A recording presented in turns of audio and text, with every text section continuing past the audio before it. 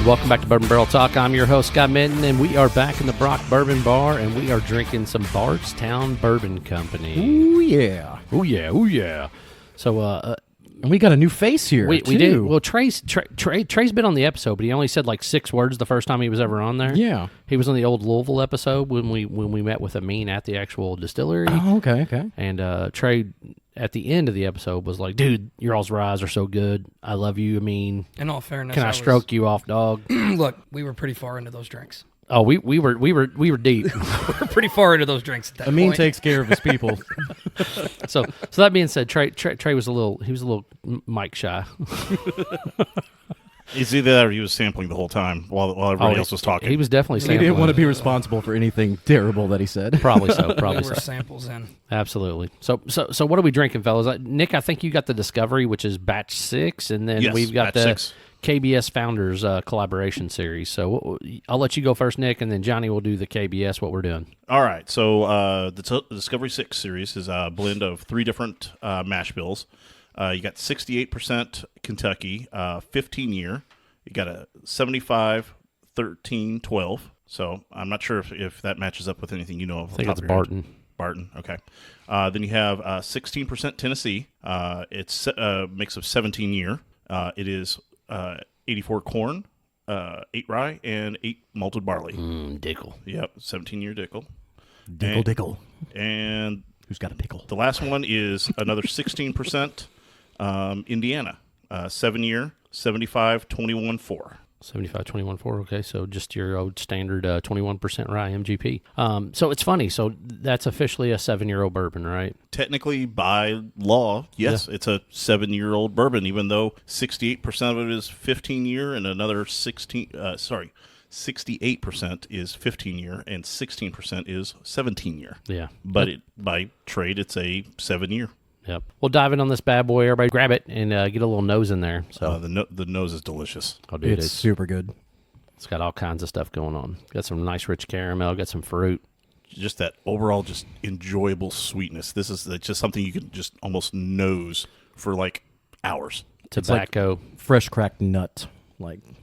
Yeah, there's definitely a nut. I can't. Nuttiness. But what is it though? Is it a pecan? I don't know. We always fight about this because I get random nut flavors, and I always say walnut, and you always call me out on it. But So I would guess almost- for me, like when I can only grab walnut as in like black walnuts, which always just seems to be really, really robust, really, really thick, and I don't ever really usually get that off of a bourbon. yeah, those are a little more bitter too. So I guess that's why I have a hard time when you say walnut. I have a hard time with that because that's the only walnut that I picture are those black walnuts. Whereas there's other walnuts, right? Yeah. There's multiple varieties. So I mean, I would say almost like it's like almost a pecan because it's on that sweeter, lighter side. It is it's sweeter. Not, it's not a It's heavy. definitely sweeter. It's not a heavy nose on that. all right, I'm going in for my first pull. So Nick, give us a little inkling on the color and stuff while the rest of us are sipping here. So the legs are immaculate. It's almost a nice little viscous coating around the glass, so it's really nice. The color itself, I would say it would be a dark honey, light wood, almost like a cherry finished wood from a color standpoint. Like an amber color. Yeah, it'd be. Yeah, just a dark amber. Reminds you almost of those like the red beers, like the what is it, like the Killians or something? Yeah, like the that? Irish red. Yeah. Irish red, yep. So It has such a good mouth presence. Oh, it does. And just the entire palate is coated. Yep. It's delicious. the front's got a little bit of a rye pop, Mm-hmm. but man, it's so silky smooth and sweet. It's got some nice leather in the mid palate, a little bit of that tobacco. There's just a hint of a floral note in the front though that I'm really just trying to distinguish though. I get kind of this nice little peppery note on the finish. Yep. Just fantastic. Yeah. What's the proof on this again? I forgot. Proof is 111.1. 111.1. All right. So I agree with the pepper. I get kind of like almost like a rice spice / pepper to it. Mouthfeel, as mentioned before, really, really good. The other things that I noticed were there was this fruit note that popped in. It hung for a second or two, but then it kind of drifted away back to that pepper and spice flavor. Finish, it's not lingering in the back of the palate. it is kind of lingering in that mid palate roof of your mouth area, and it's enjoyable. It's just like this nice little peppery tingle that's sticking around. Yeah, that's solid, man. The sweetness that's coming through, especially in that mid to finish, man, is just like caramel, a little bit of vanilla, like almost too. There's like a creaminess to it, almost like a creme brulee-ish type, mid to finish. Man, this is solid. What you got, Trey? Sweet rye. The Michter's barrel strength rye is kind of what I get from this. This is a little more peppery than those because those are like a total sweet bomb. But yeah, that's definitely a sweet rye, and I get way more of a peppery finish though than those. Right, and this is mainly corn. I mean, you sit back and look at it. I mean, it's what one of them's 84% corn, one of them's 75% corn, and then what was the last one? The MGP 71. So I mean, 73 corn, 84 corn, and then 75. Yeah, corn. so I mean, I'm surprised. Like, I mean, it's sweet, right? So I mean, that's where that's coming from. But like, there's no like cornbread or like one of those other things that you would typically sometimes get off some of those. The more I drink it, the more floral is popping up too, which is interesting for me. I normally don't get that. All right, Johnny, what's up with that KBS Stout, man? What do we got on that bad boy? So KBS Stout, we're coming in at 110 proof. Of course, it's aged in stout barrels. And then I actually looked up the mash bill. It's a Tennessee origin, 10-year-old, 84% corn, 8% rye, and 8% malted barley. Gotcha. So it sounds like a Dickel as well. Yeah, so 110, so... Yeah, I guess BBC's got Dickel in their back pocket. Well, I mean, so for source distillate, right, like Dickel and Cascade, they both use a very similar mash bill, and it's both Tennessee, bourbon/whiskey, whatever you want to call it. Those are very prime. Jack's not giving up any of their stock, right? Oh, no. I mean, they sell that staying stuff in-house. Millions of barrels. It's an insane number. So the other folks have to do something to keep up with the amount of production they're putting out. So that's why they are so readily available to sell it. But I find Dickel to be oddly hit and miss. Like some of them are fantastic, delicious, and then you'll get a couple that you're like, whoa, like what happened? So. No, I've enjoyed some of the store pick 15 years that are out there. Hey, they're like 60, $64. You can get it like Kroger, like in the area, really dirt cheap, 15-year, and it's good. I enjoy it. I like keeping it around.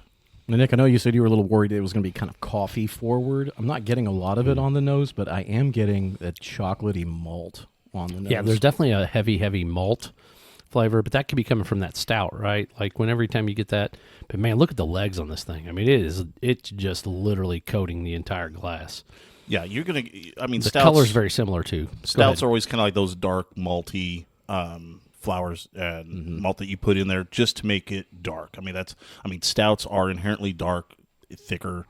They need to be robust, and that's how you got those robust things. Is sometimes you have to charm. You know how like sometimes you might get those chocolate ryes or caramel ryes. It's kind of doing the same thing with that malt, is just cooking it down a little bit more and getting them that color on them. Well, it was aged 15 months in the stout barrel, so right. That gives it a nice long maturation. So I will say this one's a little odd for me. It's not really necessarily like a massive like punch in the mouth that I'm like extremely enjoying. There's some sweetness there and some subtleness, but it's also very floral.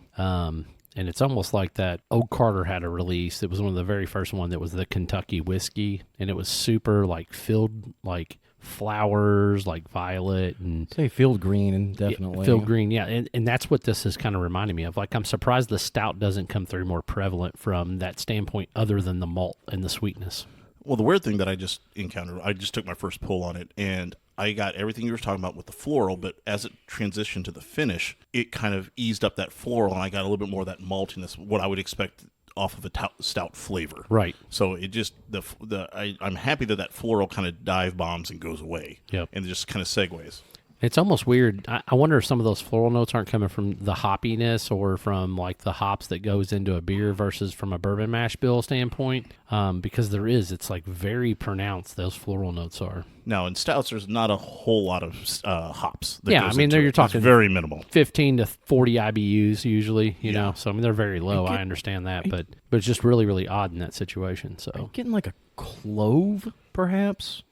Or I don't know that it's clove. I really don't. There's something kind of funky that is, I don't know, it's more herbal which is why I thought maybe it's not quite black pepper, but it's in that kind of herbal and spice range. Yeah, I can't really pick it up. It's not clove, and it's not like apple pie spice. It's none of those type of things. It's definitely some kind of spice, but I can't put a finger on it. But I also will say, like I said, it's very, very floral. Like I'm having a hard time grasping a whole lot more other than floral and malt with a little bit of that baking spice. I don't get a spice anywhere on it. Like nothing. I get that port finish, wine finish, and it's not my gig. But it's not port at all. That's what I'm saying. Right. It's a stout. So It's that stout taste, and it reminds me of the what was it? Woodford 5-malt stouted. Okay, gotcha. That's it reminds me a lot of that. It drinks a lot smoother than that one did. Because I don't think this one. I'm not adding water to the Discovery, but I'm going to put it in this KBS, see what happens. Barbara and I did the same thing. So when I was first tasting it, neat, I'm like, something just isn't quite hitting. I was like, let me go grab the water droppers. So I went and grabbed it. Then I grabbed an extra bottle or a cup and just poured a tiny bit in just to kind of get it there. And I'm getting so much more of that chocolate, kind of that stoutier more, but I'm not getting coffee. Yeah. No, it is a much better pour with just a couple of drops of water. Like this would go in a rock and it'd be a lot better. Yeah. Mm-hmm. That's really just odd. The good thing is, and off the nose immediately, like the rye pops a little bit more on the nose, but on the drink and on the finish, it's not. It's just more that It's sweet. more sweet. Yeah. Yeah. It got rid of that earthy, filigree, like floral note. And the interesting thing that I've encountered on this one so far for that KBS is that the leftover mouthfeel that after you've drank and you let it sit in your mouth for a few seconds, it actually feels kind of almost like after drinking like a chug of a stout or something like that. Just that flavor that's left over in the mouth. Yeah, I would agree with that. It's going to sound crazy, but it's almost like a pop rocks interaction that's going on With like water? With the water. Yeah, it's Yeah, definitely you get more unique. kind of, things just kind of keep hitting at you, just a little bit here and there and there. All right, I'm gonna revisit the Discover.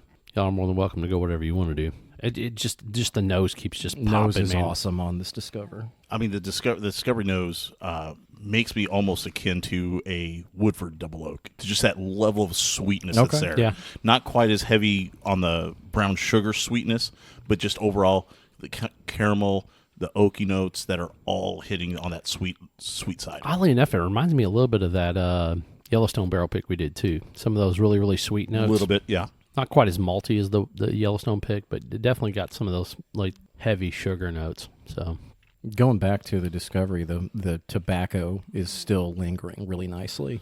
On yeah, it, even 100%. after it being open for a bit. And it's that nice sweet like pipe tobacco. That's good. That's solid. All right, I think we have a clear winner here. I think I think it's KBS comparing apples to oranges, though. It is. I think the KBS comes in a little bit quicker or closer with that drop of water, giving it that added complexity and taste to it. But I think we're all in agreement that what's head and shoulders above. Yeah, that Disco 6 is just a really, really nice pour. Mm-hmm. Solid. So, all right. Any other questions or comments on this team? That was 11? No, was it? Disco 6. Disco 6? Disco 6, yeah. So Where did I get the 11 from? Well, we were talking about which ones Okay, we heard were okay. better and this, that, and the other before we got on mic. So when would the 6 have come out then? Oh, God, that would have been like probably 2019. So one 2020. a year, basically. One release a year. It's No, usually about it's usually- 1 to 2 a year. Yeah, about 2 a year probably. Okay. Yeah, so. Well, I guess that's our episode of Bourbon Barrel Talk. If you want to find us, you can find us on Facebook, the Instagram, or the X. Make sure you hit the subscribe button. That way you get our episodes, whether you're listening to Pandora, Spotify, or iTunes.